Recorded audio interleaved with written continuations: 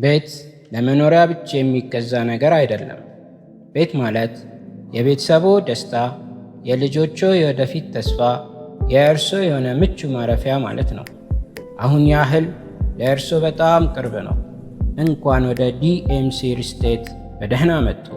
በለቡ መብራት አካባቢ በጠቅላላው 32,000 ካሬ ሜትር ላይ የተዘረጋው ይህ ዘመናዊ የመኖሪያ ፕሮጀክት ከቤት በላይ የኑሮ ስታይል ነው።